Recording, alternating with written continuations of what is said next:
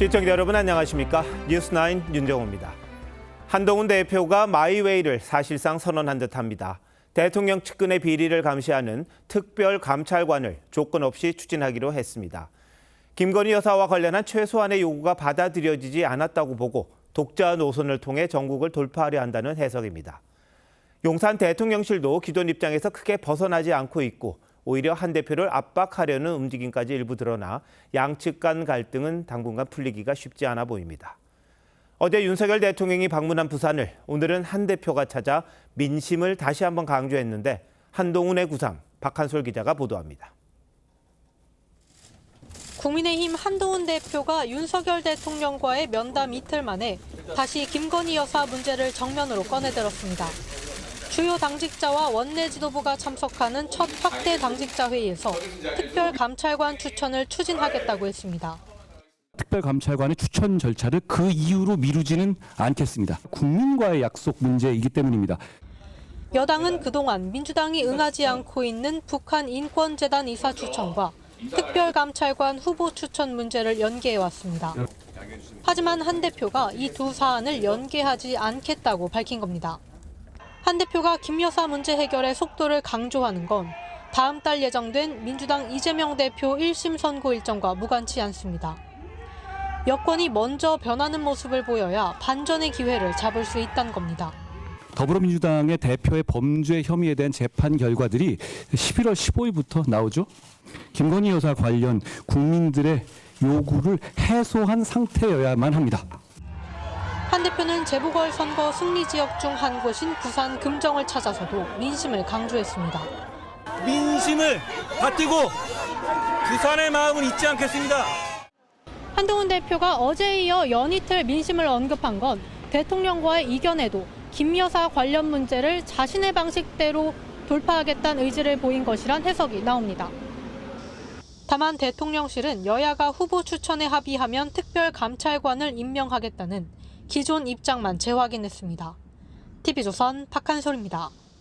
그런데 이른바 친윤으로 불리는 추경호 국민의힘 원내대표는 특별감찰관 추천은 의원들이 결정할 사안이라고 곧바로 선을 그었습니다. 한 대표는 추 원내대표와 사전 조율을 하지 않은 걸로 알려졌는데 당내 투톱끼리도 계속 엇나갈 정도로 여권 내 분열 기류가 심상치 않습니다. 장윤정 기자가 보도합니다. 한동훈 대표와 회의장에 나란히 입장했던 추경호 원내대표는 한 대표 발언 뒤 회의가 끝나기도 전에 먼저 자리를 떴습니다. 이후 기자들을 만난 추 원내대표는 특별감찰관 추천은 원내에서 결정할 사안이라고 일축했습니다. 국회 의사 결정 과정이고 원내 사항입니다. 원내 최고 의사 결정은 의원총회입니다. 그리고 그게 의장은 원내대표고 원외인 한 대표가 주도할 문제가 아니란 겁니다. 추 원내대표는 특별감찰관 추천과 관련해선 처음 듣는다고도 했는데 실제 한 대표는 추 원내대표와 사전에 논의하지 않았던 것으로 알려졌습니다. 민심을 거론하며 연일 대통령과 각을 세우는 한 대표를 향한 친윤계의 불만도 커지는 분위기입니다. 김태흠 충남지사는 어제 한 대표가 친한계 의원들과 만찬을 한 걸 두고 개파 보스냐, 아마추어 같고 답답하다고 비판했습니다. 우리 당원들이 지지자들이 대통령 망하라고 한동훈 대표 세운 거 아니거든요. 반면 친한계 의원들은 대통령과 한 대표 면담 직후 대통령 만찬 자리에 참석한 추 원내대표를 성토하고 있습니다. 한 친한계 의원은 어떻게 그런 자리에 참석할 수 있냐, 우리 당 원내대표가 맞냐며 불만을 쏟아낸 걸로 알려졌습니다. TV조선 장윤정입니다. 이런 가운데 윤석열 대통령의 고민도 커질 수밖에 없습니다. 다음 달 10일이 임기 반환점인데 어떤 형식이든 김건희 여사 논란을 해소하지 않고는 전국 운영이 쉽지 않다고 알고 있습니다. 독자적인 해법 마련을 고심 중입니다. 일부 개각을 포함한 인적 개편도 있을 가능성이 있는데 대통령실 분위기는 황선영 기자가 취재했습니다. 대통령실은 윤석열 대통령의 임기 반환점인 다음 달 10일 전후를 국정동력 회복의 분기점이 될 걸로 보고 있습니다. 이와 관련해 윤 대통령은 2년 반 임기 내내 이어져 온 김건희 여사 논란을 끊어내기 위한 적극적인 해법을 고심 중인 것으로 알려졌습니다. 여권 관계자는 당초 대국민 사과를 비롯해 여러 방안들이 구체적으로 논의됐지만 그럴 시기가 지났다면서 한동훈 대표의 요구와 무관하게 대통령 차원의 결심이 있을 거라고 전했습니다. 비슷한 시기 개각을 포함한 대통령실 인적 개편도 고려 중인 것으로 알려졌습니다. 정권 출범 당시 임명된 이상민 행안부 장관이 1순위로 거론되고 임기 2년을 넘기는 이주호 교육부 장관, 조규홍 복지부 장관 등도 개각 대상으로 꼽힙니다. 대통령실 고위 관계자는 인적 개편을 비롯한 모든 상황에 대비하고 있다고 했는데 이른바 김 여사 라인 교체 요구에 떠밀리듯 하는 인적 쇄신과는 거리를 두는 분위기입니다. 윤 대통령은 한동훈 대표의 비판적인 홍준표 대구시장을 용산 대통령실에서 만났는데 지역 현안 논의를 위한 자리란 설명에도 한 대표에 대한 견제로 보는 시각도 있습니다. 대통령실은 엄중한 정치 상황에 당정이 하나가 돼 극복해야 할 시기라고 강조했지만 갈등 국면을 해소하지 못하면 임기 후반부 국정 동력 회복에 어려움이 있을 거란 우려가 나옵니다. TV조선 황선영입니다. 민주당은 김 여사 문제를 해결할 수 있는 건 특별감찰관이 아니라 특검이라며 한동훈 대표의 구상에는 거리를 뒀습니다. 다만 여야 대표 회동에는 이재명 대표가 직접 나서는 등 의지를 보였는데 여권 분열을 파고들겠다는 의도로 보입니다. 장세희 기자입니다. 민주당 지도부는 변증만 울리는 건 곤란하다며 핵심은 특별감찰관이 아닌 특검이라고 했습니다. 그러면서 특별감찰관 추진을 놓고 여당 지도부 간 이견을 보이는 상황을 꼬집었습니다. 추경호 원내대표하고 두 분 사이도 약간 좀 생각이 좀 다른 것 같아요. 정리해서 우리 당에 공식적으로 요청하면 원내에서는 당연히 논의를 해야 되겠죠. 민주당은 한동훈 대표에게 힘을 실어주며 여권 내 대립구도를 부각시키는 모습입니다. 이재명 대표는 윤석열 대통령과 한 대표가 보여주지 못한 협의와 조율의 정치를 보여주겠다고 했습니다. 상대를 제거하거나 아예 존재를 무시하면 정치가 아니라 이건 싸움이 됩니다. 다시 정치가 복원될 수 있는 길을 찾아보도록 하겠습니다. 이후 한 행사장에서 한 대표를 만난 이 대표는 한 대표와 회담 시기를 조율 중이라고 했습니다. 시기는 이르면 다음 주, 늦어도 이 대표의 1심 선고가 있는 다음 달 15일 전에 열릴 가능성이 높습니다. 민주당은 한 대표가 김 여사 특검법의 제3자 추천 방식과 같은 대안을 내놓으면 논의할 수 있다고 했습니다. 한동훈 대표가 친한계 의원들과 함께 김건희 여사 특검법을 발의하면 논의를 해보겠습니다. 다만 한 대표 측은 김 여사 특검법을 두고 민주당과 논의할 뜻은 없다는 입장입니다. TV조선 장세희입니다. 대통령을 만난 지 이틀 만에 한동훈 대표가 특별감찰관 카드를 꺼내들었습니다. 여권의 새로운 이슈로 부상하는 모습인데요. 한 대표가 원하는 대로 선제적인 추천이 가능한 상황인지, 그렇다면 김건희 여사 문제 돌파의 묘수가 될런지 정치부 이채림 기자에게 자세히 물어보도록 하겠습니다. 자, 이 기자, 정치권에서는 제2부속실, 특검 도입 같은 김 여사 문제 해법을 좀 내놨잖아요. 다양한 방안들이 거론됐는데 한 대표는 특별감찰관을 제시했습니다. 왜 그런 겁니까? 네, 대통령실에서 이미 제2부속실 설치를 추진하고 있는 사안인데다가 김 여사 관련 의혹 규명보다는 이 활동 제한에 초점이 맞춰진 방안입니다. 특검의 경우에는 야당이 주도하는 방안인데다 한 대표 스스로도 위헌성을 언급한 만큼 꺼내기가 쉽지 않은 카드죠. 반면 이 특별감찰관의 경우에는 기존에 있는 제도고 여야 모두 약속했으면서도 정권이 바뀌면 소극적인 태도를 보여온 만큼 명분이 있다고 본 것 같습니다. 실제 의혹 해소에 어느 정도 현실적인 효과가 있을지는 모르겠습니다만 이게 원내대표 소관 아닙니까? 한 대표 의지대로 관찰할 수 있습니까? 네, 앞서 보신 대로 난관이 적지 않아 보입니다. 일단 보신 것처럼 원내 사령탑인 추경호 원내대표가 부정적입니다. 사전에 발표 내용을 듣지 못했던 추 원내대표, 공개 회의에서 한 대표 발언을 듣고 상당히 불쾌했다는 후문입니다. 기자들에게 특별감찰관 문제는 원내 소관이라고 작심 발언한 것, 또 회의가 끝나기 전에 먼저 자리를 뜬 건 역시 이 같은 불쾌감의 표현으로 봐야겠습니다. 이렇게 불쾌한 사람들이 너무 많은 것 같습니다. 자, 근데 대통령과 이견을 보이는 한 대표로서는 사실 원내 의원들의 의지, 지지 이런 게 절실한데 좀 공유를 먼저 했어야 되는 것 아닌가요? 네, 한 대표 입장에서는 이 대통령과의 회동 직후에 만찬에 참석한 추 원내대표에 대한 감정 좋지 않았을 수 있을 것 같습니다. 하지만 원내 의원들을 먼저 설득하는 과정 없이 이벤트성으로 발표해버린 건 이 정치적 효과는 몰라도 실현 가능성은 실제로 낮추는 결과로 이어질 수 있습니다. 오늘 김태흠 충남지사가 한 대표를 비판하는 글을 올렸다가 한 대표로부터 직접 항의 전화를 받았다고 공개하기도 했는데요. 연일 민심을 강조하고 있는 한 대표가 김 여사 문제의 실질적 해결을 위해서라도 당내 설득 작업 역시 소홀히 해선 안 된다는 지적도 적지 않은 게 사실입니다. 네, 그런데 민주당 이재명 대표는 아주 여야 대표 회동에 적극적으로 나서고 있더라고요. 이건 어떻게 봐야 됩니까? 네, 민주당은 이 여당의 가장 약한 고리로 이 김건희 여사를 보면서 특검법 통과에 사활을 걸고 있는 모습입니다. 이 김 여사 문제 해결을 강조하는 한 대표와 그런 점에서는 접점이 있다고 볼 수도 있습니다. 다만 실무 조율 과정을 들여다보면 민주당보다는 이 한동훈 대표 쪽에서 회동에 좀 덜 적극적인 분위기도 감지가 되는데요. 한 대표가 민생의 이유로 즉각 화답하긴 했지만 대통령과 각을 세우는 상황에서 야당 대표와의 거리를 좁히는 모습이 부각이 되면 오히려 당내에서 운신의 폭이 좁아질 수 있다는 점을 의식하고 있는 걸로 보입니다. 네, 여야 모두가 이재명 대표의 선고가 있는 11월 중순 그걸 기점으로 해서 상당한 변화가 있을 것도 같은데 신경전은 계속 이어지겠군요. 네. 이 기자 잘 들었습니다.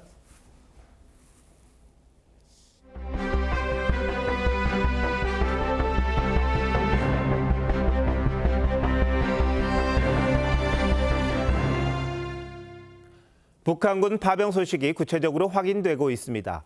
러시아에 도착한 북한군의 규모가 당초보다 1,500명이 늘어 3,000명에 이른다고 우리 정보당국은 밝혔습니다. 북한은 파병 소식을 억지로 틀어막고 있지만 내부에 이미 소문이 퍼졌고 군인 가족들이 동요하자 강제 이주도 시작했다고 합니다. 보도에 차정승 기자입니다. 한 러시아 매체가 공개한 영상입니다. 건물 앞에서 흡연 중인 군인들 사이에서 북한 억양으로 추정되는 목소리가 들립니다. 국가정보원은 북한이 지난 8일부터 13일까지 1차로 1,500여 명을 러시아로 보낸 데 이어 1,500명을 더 이송해 모두 3,000여 명에 이른다고 국회에 보고했습니다. 계획한 약 1만여 명의 파병은 12월경으로 예상된다라고 보고가 있었습니다. 북한 당국은 파병 사실을 부인하고 있지만 주민들 사이 소문이 확산되면서 파병 군인 가족들을 통제하기 위해 집단 이주해 격리하는 정황도 포착됐습니다. 선발 군인 가족들이 크게 오열한 나머지 얼굴이 많이 상했다는 등 이런 말까지 회자되고 있다고 합니다. 러시아군은 한국어 통역 자원을 대규모로 선발 중이고 북한군에게 무인기 조종과 같은 특수교육도 진행 중인 걸로 알려졌습니다. 다만 러시아 교관들은 현대전에 대한 이해가 부족한 북한군이 전선에 투입될 경우 사망자가 다수 발생할 걸로 예상했다고 국정원은 전했습니다. 북한군 파병에 대해 모호한 입장을 유지해온 미국에서도 첫 공식 확인이 나왔습니다. 로이드 오스틴 국방장관은 러시아에 북한군이 있다는 증거가 있다며 무엇을 하는지는 지켜봐야 한다고 했습니다. 우크라이나 당국은 이르면 오늘 쿠르스크 지역에 북한군 도착이 예상된다고 발표했습니다. TV조선 차정승입니다. 파병 사실은 숨기면서 북한은 대신 무력 시위에 집중하고 있습니다. 김정은 위원장이 그동안 한 번도 공개한 적이 없던 숲속 ICBM 기지를 직접 찾았는데요. 열흘 앞으로 다가온 미국 대선을 겨냥한 걸로 보입니다. 김충영 기자의 보도입니다. 최고사령관인 대원수 계급장을 단 가죽 재킷 차림의 김정은이 수풀을 헤치고 야산 속 숲길로 들어섭니다. 지금까지 외부에 공개된 적 없는 전략 미사일 기지입니다. 지하 경납고로 내려간 김정은은 미국 본토를 타격할 수 있다는 대륙간 탄도미사일 화성 18형 앞에서 미사일 총책 김정식 부부장의 보고를 받았고 괌 미군기지를 겨냥해 개발 중인 중장거리 극초음속 미사일 화성 16 나형도 살펴봤습니다. 임의 시각에 신속히 적수들에게 전략적 반타격을 가할 수 있게 철저한 대응 태세를 김정은이 핵심 전략 미사일과 기지까지 공개한 건 러시아 파병에도 군사적 반격 능력을 충분히 갖추고 있다는 점을 과시하려는 의도로 풀이됩니다. 대원수 계급장이거든요. 최고 사령관으로서 내가 작전, 지휘를 위해서 방문했다는 것을 의도합니다. 함부로 나를 선제 공격 발생하지 마라. 파병의 대가로 러시아로부터 기술을 전수받아 극초음속 미사일 고도화에 나설 거란 위협과 함께 미국 대선을 10여일 앞두고 협상력을 높이려는 시도란 분석도 있습니다. 북한은 현재 최장 석 달까지 전쟁을 지속할 수 있는 물자를 확보하고 있고 가동 중인 군수공장은 200곳에 이르는 걸로 우리 군은 파악하고 있습니다. TV조선 김충영입니다. 문재인 정부 시절 남북이 합의에 없앤 최전방 감시 초소 GP가 완전히 해체됐는지를 제대로 검증하지 않았다고 저희가 단독으로 전해드린 바가 있습니다. 그동안 영상은 공개되지 않았는데 정부가 이를 내놨습니다. 콘크리트 벙커를 눈앞에 놓고도 북한군은 천연덕스럽게 둘러대고 있습니다. 윤동빈 기자가 어떤 내용인지 보도합니다.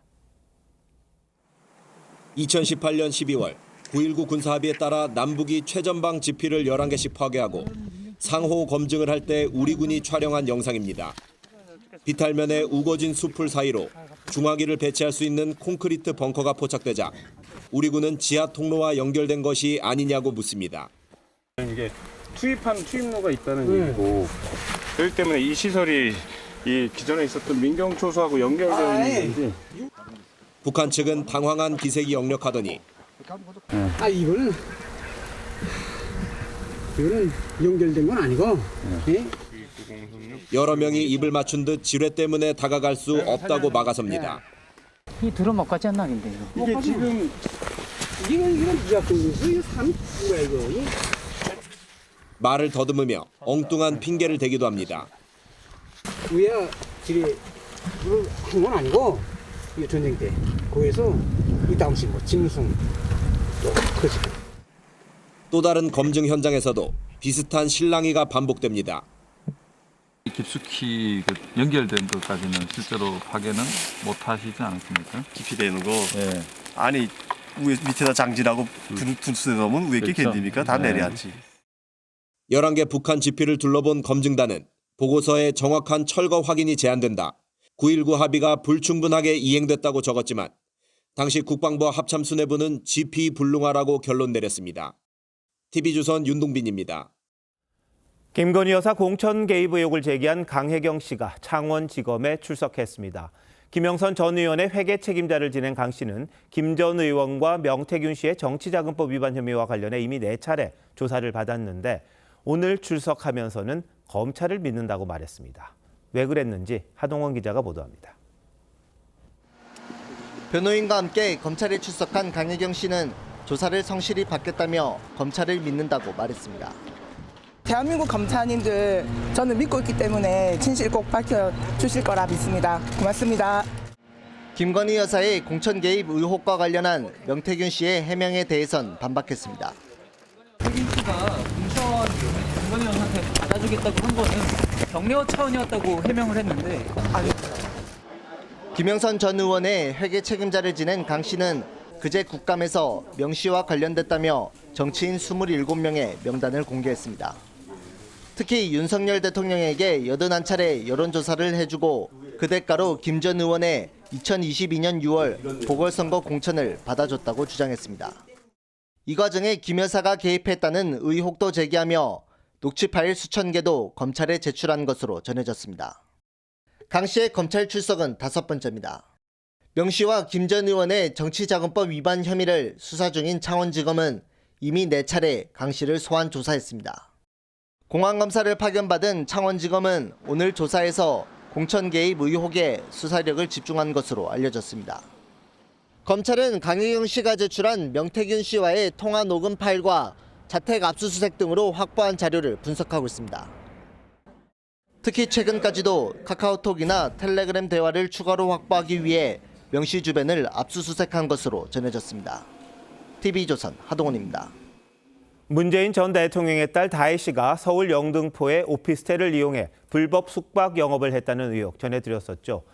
민원을 접수한 구청이 경찰에 수사를 의뢰했습니다. 오늘 제주도에서 열린 국정감사에서도 문 씨의 제주도 주택에 대해 똑같은 불법 영업 논란이 집중 거론됐다고 합니다. 이나라 기자의 보도입니다. 문다희 씨는 서울 영등포 오피스텔로 공유 숙박 영업을 한 의혹을 받고 있습니다. 문 씨가 스스로 에어비앤비에 5년 경력 슈퍼호스트라고 소개하기도 했습니다. 저분이 임대사업자 내셨는지 숙박업소 신청을 안 하시고 하시는지 저희는 모르겠는데. 하지만 오피스텔로 숙박업이나 외국인 관광 민박업을 하는 건 불법입니다. 민원이 제기되자 영등포구청이 조사에 나섰습니다. 구청은 어제 오후 이 오피스텔을 찾았지만 안에 사람이 없고 문이 잠겨 있어 조사를 진행하지는 못했습니다. 그러자 영등포구는 오늘 경찰에 수사를 의뢰했습니다. 문 씨는 2022년 3억 8천만 원에 사들인 제주도 주택 역시 불법 숙박업소로 운영한 의혹을 받고 있습니다. 등록이 안 돼 있는 걸 확인했기 때문에 수사 의뢰를 한 것으로 알고 있습니다. 여당은 탈세 의혹을 제기했습니다. 신고도 등록도 안 하고 영업을 하니까 불법 숙박 영업이 탈세 원상으로 지적되고 있는데 세무당국에 정보를 보내서 탈세 여부를 확인해야 됩니다. 제주자치경찰은 문 씨 측과 2차례 통화했다며 수사 일정을 조율하고 있다고 밝혔습니다. TV조선 이나라입니다. 고유가 시대에 국민 부담을 덜겠다며 도입한 유류세 인하 조치가 연말까지 또 연장됩니다. 대신 인하 폭이 줄면서 내야 할 기름값은 오릅니다. 내일부터 산업용 전기요금도 오르는데 서민 경제 부담을 고려해서 가정용 요금은 이번에도 동결됐습니다. 송병철 기자입니다. 세종시의 한 주유소. 휘발유 값이 리터당 1,580원인데 다음 달부터는 리터당 42원이 오릅니다. 경유와 LPG도 41원, 14원씩 인상됩니다. 정부가 유류세 인하 조치를 2달 더 연장했지만 인하 폭을 줄였기 때문입니다. 휘발유는 5%포인트, 경유와 LPG는 각각 7%포인트 축소됩니다. 부담스럽기도 하고 안 그래도 이제 최고점으로 찍었던 그 시기가 있다 보니까 또 그 시기로 올라가는 건 아닌가 그런 걱정스러운 마음도 있습니다. 물가가 안정되면서 유류세 정상화로 세수 확보에 나서야 하지만 국제 유가가 불안한 만큼 속도 조절을 한 것으로 보입니다. 당장 내일부턴 전기요금도 오릅니다. 산업용 전기요금이 평균 9.7%, 킬로와트 시당 16.1원이 인상됩니다. 대기업은 10%대, 중소기업은 5%대로 차등을 뒀습니다. 다만 주택용 전기요금은 내수 침체 장기화를 감안해 동결했습니다. 수출용 대기업 부분에서 좀 고통을 좀 분담했으면 좋지 않겠냐라는 차원에서 산업용 중심으로 올렸다라는 말씀을 드리겠습니다. 기준금리 인하로 내수 진작 효과가 나타나면 가정용 전기요금을 비롯해 각종 공공요금도 줄인상될 가능성이 높습니다. TV조선 송병철입니다. 최근 각종 중고 물품을 싸게 살 수 있는 이른바 땡처리 경매장이 인기입니다. 그런데 이 물품들은 자영업자들이 폐업하면서 내놓은 물건들입니다. 경기 침체로 가게 문을 닫아야 했던 자영업자 애환의 현장인 겁니다. 주재용 기자가 취재했습니다. 경기도의 한 중고물품 경매장. 경매사가 과자 여러 봉지를 경매에 붙입니다. 요거 하나에 1,000원씩 드릴까요? 1,000원씩. 한 중소마트가 폐업하면서 급하게 처분하기 위해 내놓은 겁니다. 식당에서 쓰던 압력밥솥은 단돈 5,000원에 낙찰됩니다. 창고에는 이렇게 노래방 스피커부터 대형 난로까지 자영업자들이 폐업하면서 내놓은 중고 물품들로 가득 차 있습니다. 인건비도 못 맞추고 하다 보면 월세를 못 내다 보니까 뭐 경매로 넘어가시는 분도 있고. 그러니까 울자 겨자먹식으로 오셔갖고 저희한테 막 팔아달라는데 안타까워요. 포장도 뜯지 않은 새 상품도 많습니다. 골프샵 같은 것들이 거의 한 60%, 70%는 망해요. 매장에서 사던 사람들이 다 온라인으로 들어가서 사고 또. 시중보다 훨씬 싼 물건이 넘쳐난다는 입소문이 나면서 올해 들어 경매장 방문객은 하루 평균 1,500여 명에 달할 정도로 크게 늘었습니다. 여기 와서는 필요한 거를 더 반값보다도 저렴하게 가져가니까 중고여도 하자만 없으면 괜찮아. 지난해 폐업한 자영업자는 역대 최대인 98만여 명. 올해는 더 늘어 100만 명을 넘어설 전망입니다. 중고물품 시장의 씁쓸한 호황이 벼랑 끝으로 내몰린 자영업자들의 현실을 역설적으로 보여주고 있습니다. TV조선 주재용입니다. 오늘은 서리가 내리고 단풍이 절정에 이른다는 상강입니다. 하지만 빨간 단풍들이 자취를 감추면서 거리에서 좀처럼 가을 정취를 느끼기 어렵습니다. 이유가 뭔지 박재훈 기자가 취재했습니다. 서울시가 도심 속 걷기 좋은 단풍길로 선정한 거리입니다.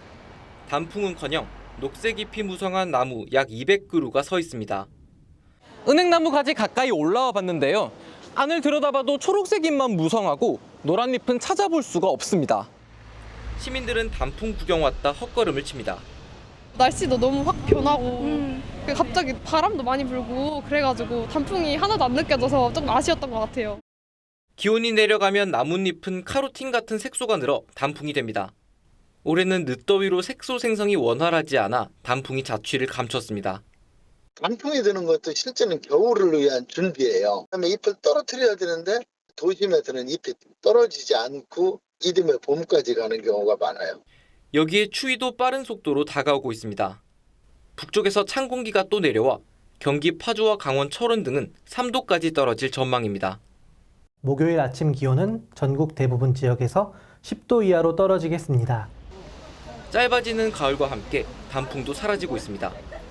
TV조선 박재훈입니다. 오늘 강원 영동 지역에는 태풍급 강풍이 몰아치면서 피해가 속출했습니다. 설악산에선 강풍에 쓰러진 나무가 등산객을 덮치면서 1명이 숨지고 2명이 다쳤습니다. 이승훈 기자입니다. 산악 구조대원들이 쓰러져 있는 남성에게 심폐소생술을 합니다. 남성은 강풍에 부러진 나무에 깔렸는데 병원으로 옮겨졌지만 숨졌습니다. 다이어트 만들어서 돌에 앉아서 좀 씹어주고 힘든 바람에 쓰러져갖고 때리고. 사망한 남성은 66살 강모 씨로 함께 단풍 구경으로 온 부인 64살 황모 씨 등 2명도 다쳤습니다. 당시 설악산 등 영동 지역에는 순간 최대 초속 37m의 태풍급 바람이 불어 강풍특보가 발효됐는데 사고를 당한 등산객들은 그 전에 입산했습니다. 고지대는 35번에 이미 통제가 돼 있었고 그분이 가신 곳은 고지대에 해당하지가 않아서 가실 수가 있었던 거죠. 강풍 때문에 이곳 소공원과 백담사 일부 구간을 제외한 설악산 등산로 19곳이 모두 통제됐습니다. 또 케이블카 운영도 중단됐습니다. 강릉에서도 쓰러진 나무가 전신주를 덮쳐 주택가 상가 등 650여 곳이 정전되는 등 강원에서만 66건의 강풍 피해가 접수됐습니다. 영동 지역에 때 아닌 태풍급 강풍이 분 건 기압고를 따라 불던 동풍이 태백산맥을 넘으며 더 강해졌기 때문입니다. TV조선 이승훈입니다. 태국 현지 유치장에서 라이브 방송을 하며 후원금까지 모은 한국인 마약 사범이 국내로 송환됐습니다. 우리 검찰은 태국과의 긴밀한 공조 끝에 수사 착수 1달 만에 데려올 수 있었다고 밝혔습니다. 윤재민 기자입니다. 유치장 안에서 한 남성이 담배를 입에 물고 카메라를 켭니다. 함께 갇혀있는 외국인들을 보여주더니 구독과 좋아요를 요청합니다. 야 이거 삼촌들 알면 난리 납니다. 죽을 거고 하고 지금 하는 거예요. 구독 좋아요 한번 눌러주세요. 구독 좋아요. 40대 남성 서모 씨가 태국 이민청 유치장에서 진행한 유튜브 라이브 방송입니다. 우리 검찰과 태국 마약청의 공조로 지난 3일 현지에서 체포된 상태였습니다. 서 씨는 외국인과 팔씨름하는 장면을 생중계하거나 경찰에게 돈을 주고 휴대폰을 사용 중이라며 후원 계좌번호까지 공개했습니다. 내가 돈을 줬어요. 경찰한테 돈을 줘가지고 핸드폰 쓸 수 있어요. 서 씨는 지난해 국제우편으로 필로폰 38g을 국내로 들여온 혐의를 받고 있습니다. 검찰은 오늘 공항을 통해 서 씨를 강제 송환했습니다. 태국에 파견한 검찰 수사관이 현지 사법당국과 공조한 덕에 검거부터 송환까지 1달이 채 걸리지 않았습니다. 필로폰 1kg을 국내로 밀반입한 또 다른 마약사범도 태국에서 체포돼 어제 국내로 송환됐습니다. TV조선 윤재민입니다. 300명이 넘는 의사가 수사선상에 오른 고려제약 리베이트 사건에서 현직 의사가 처음 구속됐습니다. 고려제약이 약을 처방해주는 대가로 수천만 원을 받은 혐의입니다. 다만 억대 리베이트 의혹에 연루된 공공병원 의사 2명은 구속을 피했습니다. 조유진 기자입니다. 현직 의사 3명과 병원 직원 1명이 구속영장 실질 심사를 받고 법원에서 나옵니다. 불법 리베이트 혐의 인정하시나요? 혐의 소명 어떻게 하셨는지 한 말씀 부탁드리겠습니다. 이들은 고려제약 제품을 처방해주는 대가로 금품과 향응을 제공받은 혐의를 받고 있습니다. 법원은 이 가운데 5천만 원을 받은 종합병원 의사 조모 씨, 14억 원을 받은 다른 종합병원 기획실장 정모 씨에 대해 의료법 위반 혐의로 구속영장을 발부했습니다. 고려제약 리베이트 사건에서 의사가 구속된 건 처음입니다. 다만 함께 심사받은 공공병원 소속 의사 2명에 대해 법원은 방어권을 보장할 필요가 있고 증거인멸 우려가 없다며 영장을 기각했습니다. 의료계와 제약업계의 검은 공생이 드러난 고려제약 리베이트 사건으로 수사선상에 오른 사람은 지금까지 346명. 이 가운데 305명이 의사입니다. 경찰은 공공병원 의사 2명에 대한 영장 기각 사유를 분석해 재신청 여부를 검토할 방침입니다. TV조선 조유진입니다. 요즘 1분도 안 되는 짧은 영상물, 숏폼이 인기를 끌고 있습니다. 이러다 보니 숏폼을 이용한 투자 사기도 극성인데요. 어떤 수법으로 돈을 뜯어가는지 송무빈 기자가 직접 사기단을 접촉해 취재했습니다. 수북한 지폐 더미를 걸어모으며 자랑하는 사람들. 현금 뭉치를 월급으로 타가는 청년들도 등장합니다. 나왔어요. 찾았습니다. 모두 일명 숏폼 플랫폼에 올라온 영상으로 고수익을 보장한다고 홍보합니다. 영상 속 인물들은 우리말이 서툴거나 AI 음성을 쓰는데 테이블 위에 얼마 있는지 한번 보세요. 정체는 알 수 없습니다. 댓글에는 돈 버는 방법에 대한 질문이 쏟아집니다. 고수익을 약속하는 한 계정에 피해자들처럼 질문 댓글을 달아보겠습니다. 계정주는 곧바로 카카오톡 아이디를 주며 연락하라고 하더니 다짜고짜 선입금을 요구합니다. 이것저것 캐묻자 프로필 사진을 삭제하고 종적을 감췄습니다. 해외 계정을 사용하는 투자 사기단은 숏폼에 익숙한 20, 30대에게 고액 아르바이트라고 꼬드긴 뒤 선입금을 요구하는 방식으로 돈을 뜯어갑니다. 초등학생부터 성인까지 많게는 수천만 원을 뜯겼다는 피해글도 속출합니다.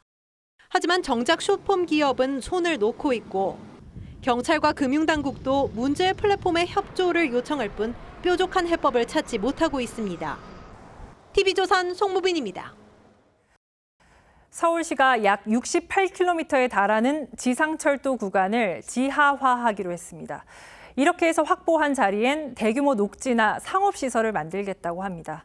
도심이 되살아나겠지만 문제는 사업비입니다. 고승현 기자입니다. 서울 도심을 가로지르는 숲길. 지난 2010년 용산선을 지하화하며 조성된 일명 연트럴파크입니다. 하지만 경부선과 경의선 등 6개 노선 약 71.6km의 지상철도는 여전히 도심을 단절시키고 있습니다. 제가 공부할 때 그 소음 때문에 많이 방해가 됐는데 아래로 내려가면 이제 소음이 이제 줄여지니까 좋을 것 같아요. 시민의 바람대로 서울시는 68km에 이르는 지상철도 대부분을 지하화하기로 했습니다. 선로부지는 연트럴파크처럼 대규모 녹지 공원으로, 역사와 주변 땅은 업무와 상업, 문화시설로 개발한다는 구상입니다.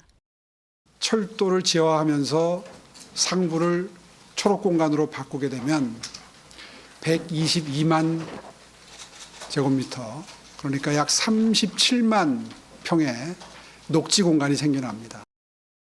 이렇게 땅 위에 있는 서울 시내 철로를 모두 지하화하는 데 필요한 예산은 25조 원 정도. 서울시는 이 비용을 개발이익으로 충당한다는 계획입니다. 하지만 부동산 개발만으로 사업비를 충당하기 어려울 수 있다는 지적도 나옵니다.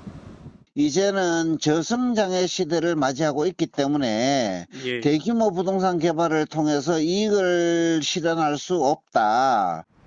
서울시는 지상철도 지하화 계획을 국토부에 제안하고 이르면 2027년부터 사업 시행에 들어간다는 계획입니다. TV조선 고승현입니다. 미국 라스베이거스에서 열리는 CES처럼 혁신 기술을 소개하는 국내 최대 규모의 박람회가 대구에서 열렸습니다. 400개가 넘는 기업들이 참가했는데요.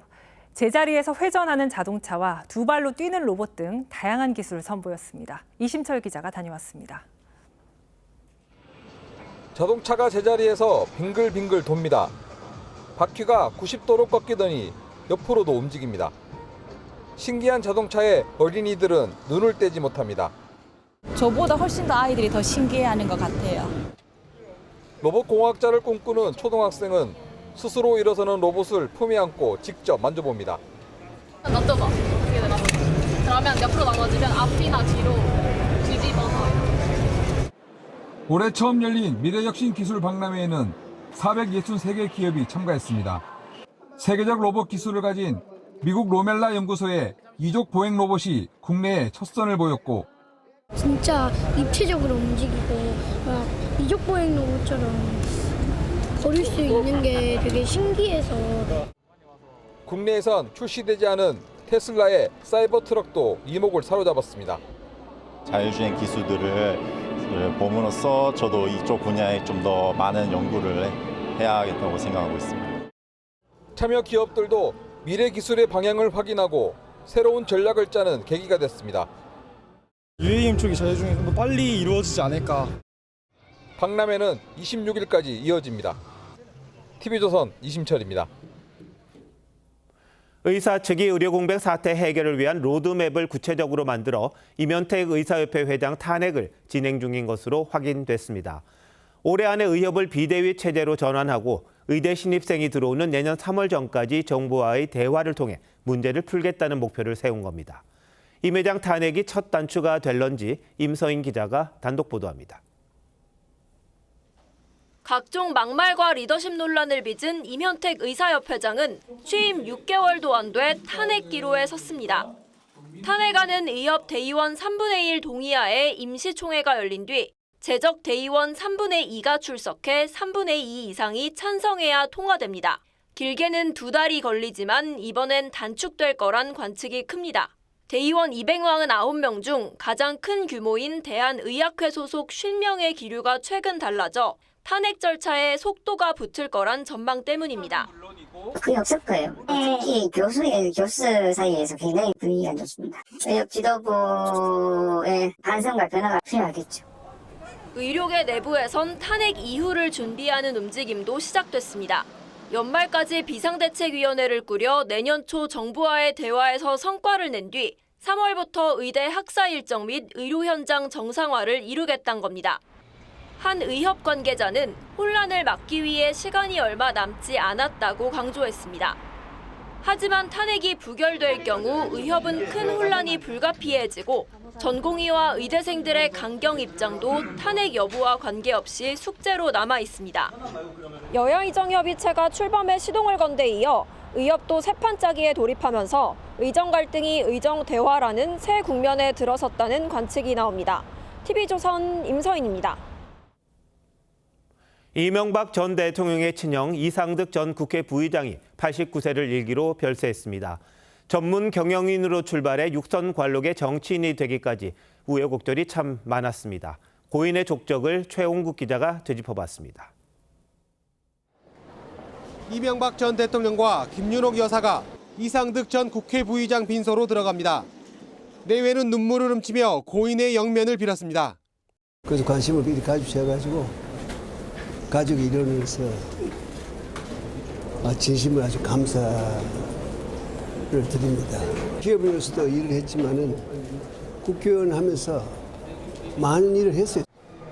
1961년 코오롱 공채 1기로 입사해 대표까지 올라 셀러리맨 신화를 쓴 고인은 13대 총선 포항남 울릉에서 당선되며 정계에 입문해 내리 육선을 하고 국회 부의장을 지냈습니다. 박근혜 한나라당 대표 시절 천막 당사를 제안하며 당의 회생을 이끌었고 친동생인 이 전 대통령을 도와 정권을 세웠습니다. 막후 현안을 조율해 만사형통이라는 수식어도 붙었습니다. 정치를 위한 정치보다는 정책이 앞선 정치를 해봤으면 하는 여망이었습니다. 빈소에는 김황식 전 총리와 권성동 의원 등 옛 친이계 인사들을 비롯한 정치인들의 조문이 이어졌습니다. TV조선 최원국입니다. 이스라엘군이 레바논의 수도 베이루트에 또 미사일 공습을 가해서 아파트 한 채가 순식간에 주저앉았습니다. 팔레스타인 가자 지구에서는 떨어지는 구호품에 맞아 3살 아이가 숨졌습니다. 이정민 기자입니다. 레바논 수도 베이르트 교외의 한 아파트. 정면으로 미사일이 날아들더니 고층 건물이 순식간에 폭삭 무너집니다. 이스라엘군이 헤즈볼라 거점 시설을 공격한다며 폭격을 가한 겁니다. 대피하라고 알린 지 40분 만입니다. 평소 유동인구가 많은 곳이어서 공습 당시 주변엔 주민들도 있었습니다. 갑작스런 공격에 인근에서 진행되던 헤즈볼라의 기자회견이 중단되기도 했습니다. 이스라엘의 공습으로 레바논에선 이틀간 30명 가까이 목숨을 잃었습니다. 이스라엘의 육로 보급이 막힌 가자 지구에선 난민촌에 투하된 구호품에 맞아 3살 아이가 목숨을 잃었습니다. 하늘에서 떨어지는 물품을 피하려다 상자에 맞아 변을 당했습니다. دبك الولد في راسه انا في اخر لحظه بينه وبينه لحظه واحده بدي اروح فيش مستشفيات عندنا فيش عندنا اي صرت اجري فيه جراي زي المجنون لكن الولد في ساعتها مات. 가족들은 원조가 아닌 존엄을 원한다고 절규했습니다.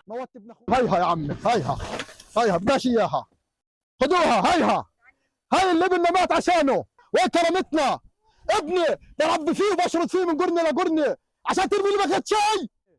앞서 지난 3월에도 가자 지구에선 공중 투하된 구호품에 맞아 5명이 숨지고 10명이 다쳤습니다.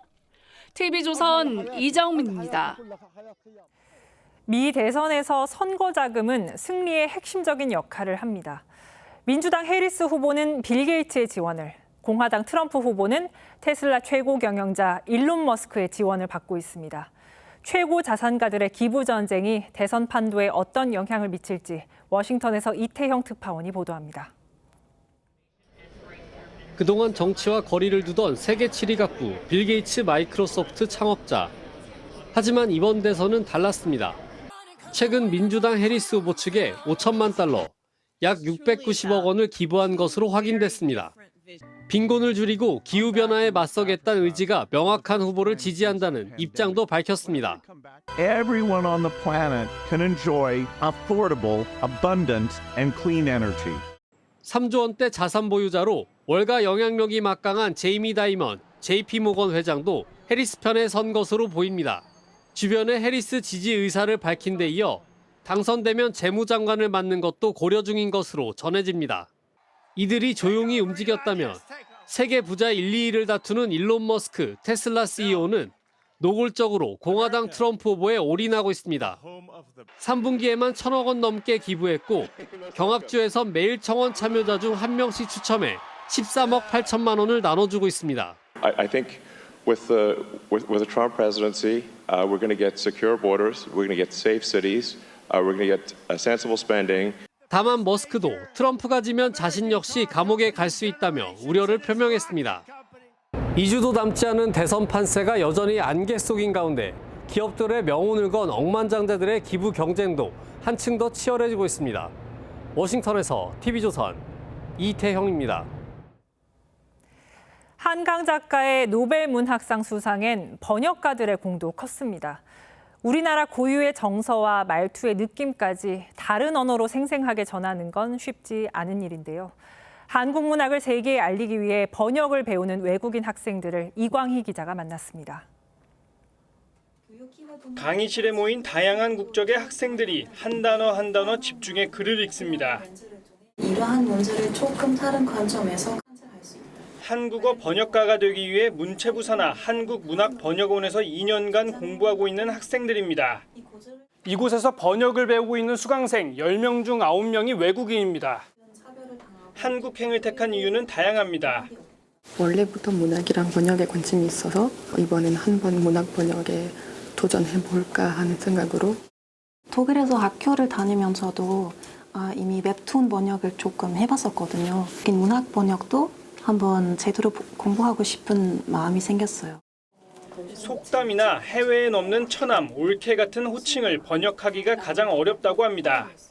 위스테어 위성어도 좀 어려울 수도 있어요. 가장 어려운 부분은 말장난이나 농담을. 호칭은 많이 좀 어려운 것 같아요.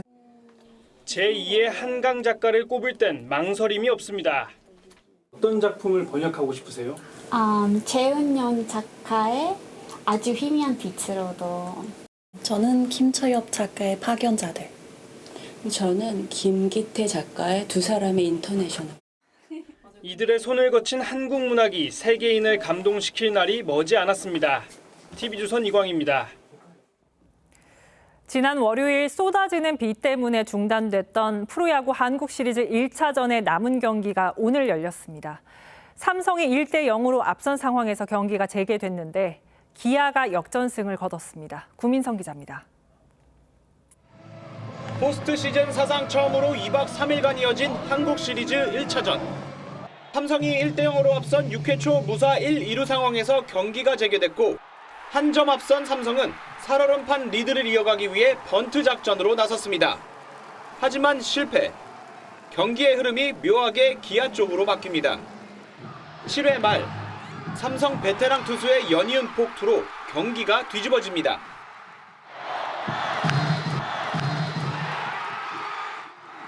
소크라테스와 김도영의 안타가 연속으로 이어지면서 기아는 7회 말에만 모두 넉 점을 뽑아냅니다. 8회 말 김태군의 2루타로 5번째 득점을 올린 기아는 정상현, 곽도규, 마무리 정혜영까지 내세워 1차전 잔여 경기에서 삼성의 타선을 완벽하게 묶었습니다. 5대1 기아의 승리. 비로 인한 경기 중단. 하루를 더 쉰 결과는 기아의 우승으로 마무리됐습니다. 기아는 곧바로 이어진 2차전에서도 상승 분위기를 이어갔습니다. 1회 말 볼넷 하나, 안타 5개를 묶어 대거 5득점하며 삼성 선발 황동재를 강판시켰습니다. 김도영의 한국 시리즈 첫 홈런까지 앞세운 기아가 한국 시리즈 1차전에 이어 2차전까지 잡아내며 우승을 향한 큰 보폭을 내딛었습니다. TV조선 구민성입니다.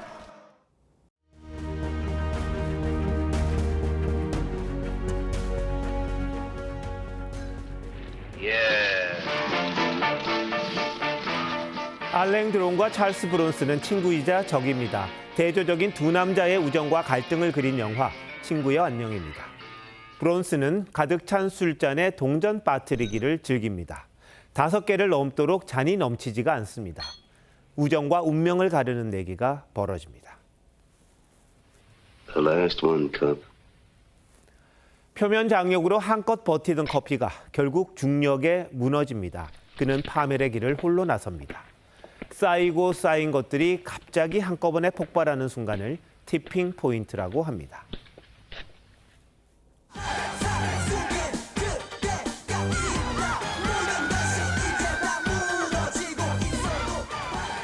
그러니 어서 깨어나 새롭게 시작하라고 재촉합니다.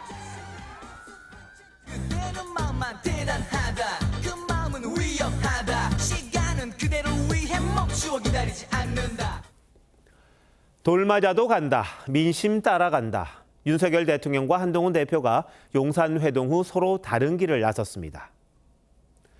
대통령은 부산 범어사를 찾아 말했습니다. 여러 힘든 상황이 있지만 업보로 생각하고 돌을 던져도 맞고 가겠다. 어떤 업보, 누구의 돌인지 궁금합니다. 분명해 보이는 건 사면초가 김건희 여사 논란을 정면 돌파하겠다는 의지입니다. 돌 팔매질을 뚫고 가려면 뒤에서 순풍이 받쳐줘야 합니다. 국민의 지지와 응원입니다. 지금 민심의 바람은 그러나 앞에서 훨씬 거세게 불어닥치고 있습니다. 국민의 마음을 신압으로 잃어버린 지난 2년 반 국정의 업보입니다. 배우자가 민심의 눈밖에 나도록 내버려둔 응보입니다. 돌 팔매가 야당의 폭주라면 그 역시 민심을 얻어야 맞설 수 있습니다. 국민의 법감정을 제쳐둔 법전의 법논리만으로는 국민을 설득하기 어렵습니다. 위기의 다른 말은 기회입니다. 대통령은 고비마다 극복할 기회를 허망하게 흘려보내곤 했습니다. 그 앙금들이 대통령의 잔을 차곡차곡 메우고 있습니다. 어떻게든 배우자를 지키겠다면 지금 나선 길은 거꾸로 가는 길입니다. 10월 23일 앵커 칼럼 오늘 돌을 맞고 가겠다였습니다.